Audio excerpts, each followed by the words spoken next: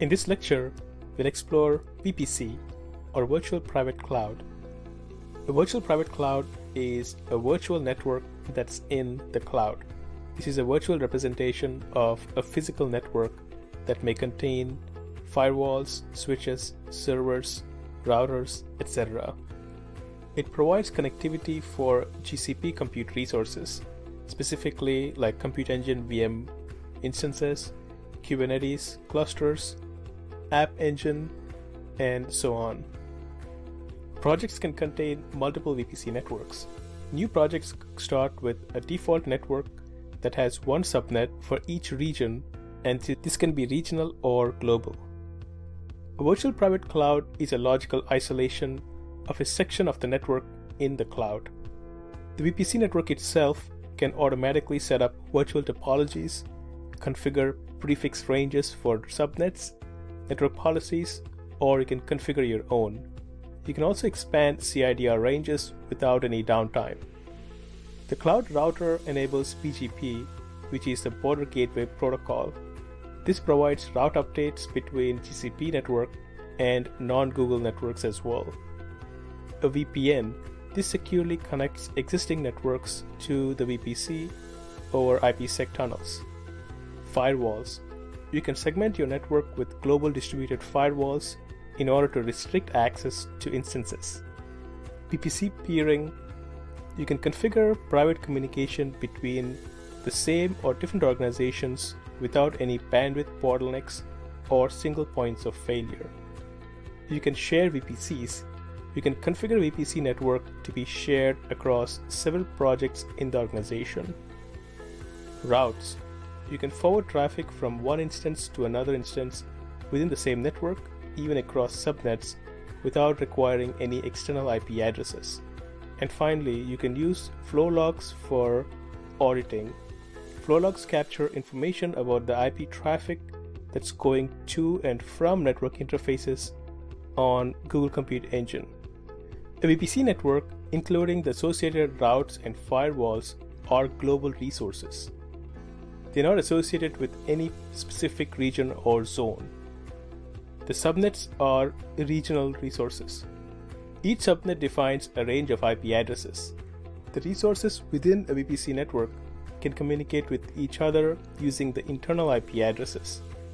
The VPC networks only support IP version 4 unicast traffic. GCP offers two types of VPC networks, the auto mode and custom mode. When a new project is created, an auto mode network is automatically created. This auto mode network has one subnet for each region, and this is also automatically created. When new GCP regions become available, the new subnets in those regions are also automatically added into the auto mode network using the IP range from the specific block.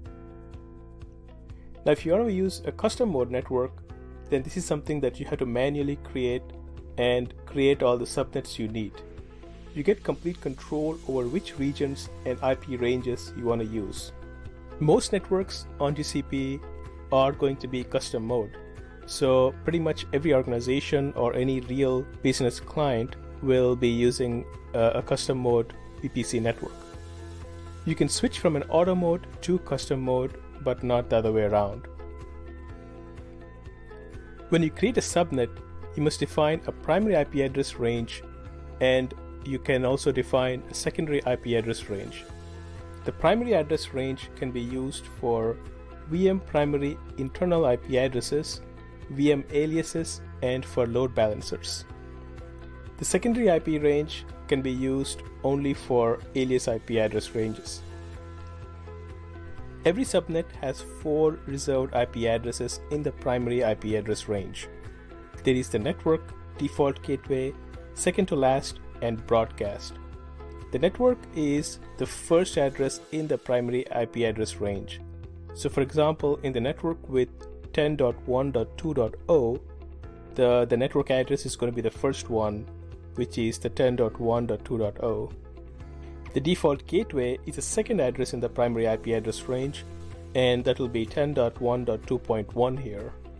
The second to last, as the name implies, is the second to last address in that range, so 10.1.2.254, and finally the broadcast address is the last address in the IP range, so that's 10.1.2.255.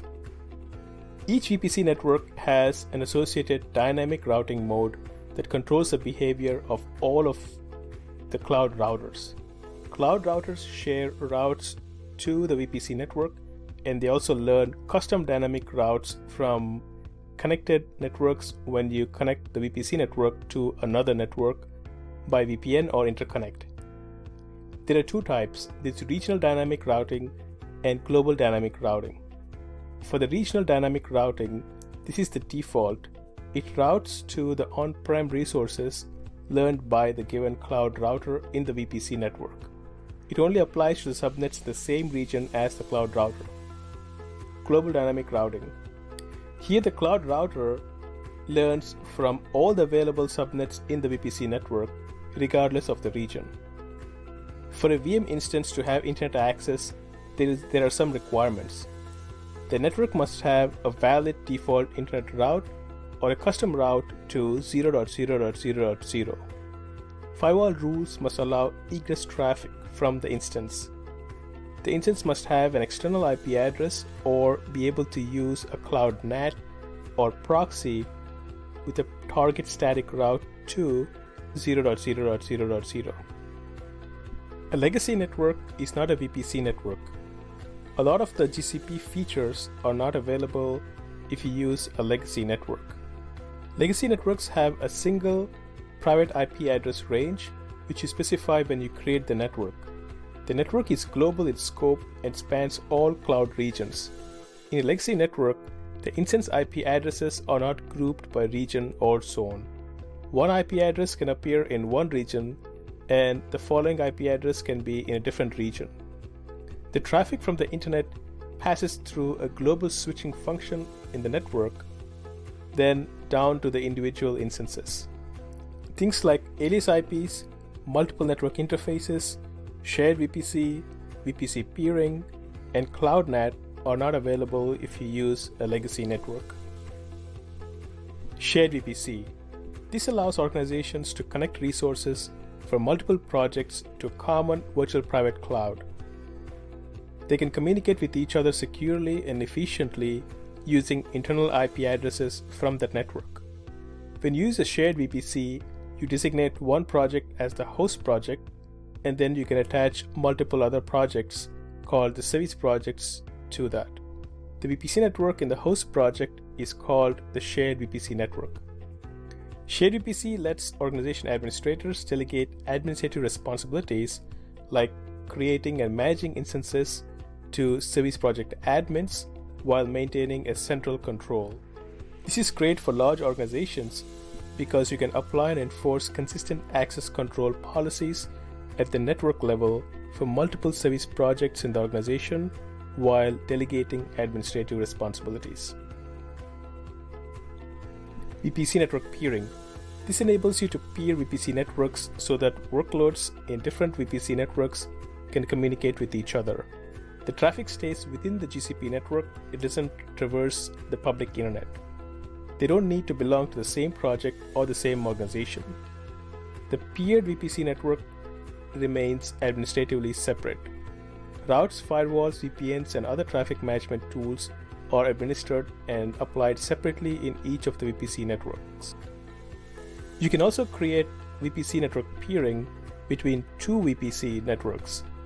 This allows for the networks to share their static routes with each other, and the devices in each of these networks are able to communicate with the other networks' devices directly using the static routes.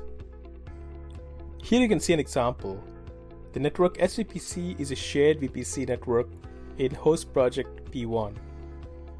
P3 and P4, these are projects that attach VM instances to the network SVPC. The network SVPC peers into network A. So here the VM instances in shared VPC service projects that are using the network SVPC, which are the VM3 and VM4, have private internal IP connectivity with any endpoint that's associated with network A.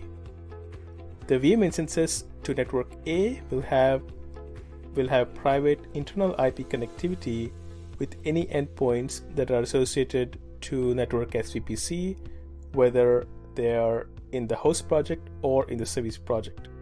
More information about shared VPC and VPC peering can be found in the individual lectures. Cloud IAM provides the access control as to who is allowed to access what. If a VM that has specific access role and it's compromised, then that can have some bad effects. Now, VPC service controls is a new feature. It provides additional control over access to the data. So you can allow deny on a project level, control access to APIs based on the origin of requests. Here you can restrict access to, for example, a BigQuery instance to only internal, or when specific policies are met, by creating a perimeter inside that project. So even if you have the right credential, but accessing from outside, like the internet, then you'll be denied. Let's take a look at an example. Target is a major retailer in the US and uses GCP. Here you can see two groups of GCP projects where each of them have compute and cloud storage products, but they're in the same VPC. By default, service accounts from either project can access resources from the other. Now, with VPC service controls, you can create a perimeter at the project level and restrict access to APIs. You can also extend this to the internet or third-party projects. VPC flow logs. VPC flow logs record a sample of network flows sent from and received by VM instances. This also includes GKE nodes. These logs can be used for network monitoring, forensics, real-time security analysis, and expense optimization. So if an incident occurs, you can examine which IPs have talked to whom and when. You can find the compromised IPs by analyzing all the incoming and outgoing network flows. The flow logs can provide real-time security analysis by streaming the logs via APIs through PubSub and into an SIEM system, like a security information and event management system. For more details, check the link in the description. Learn with Whizlabs. Success certified.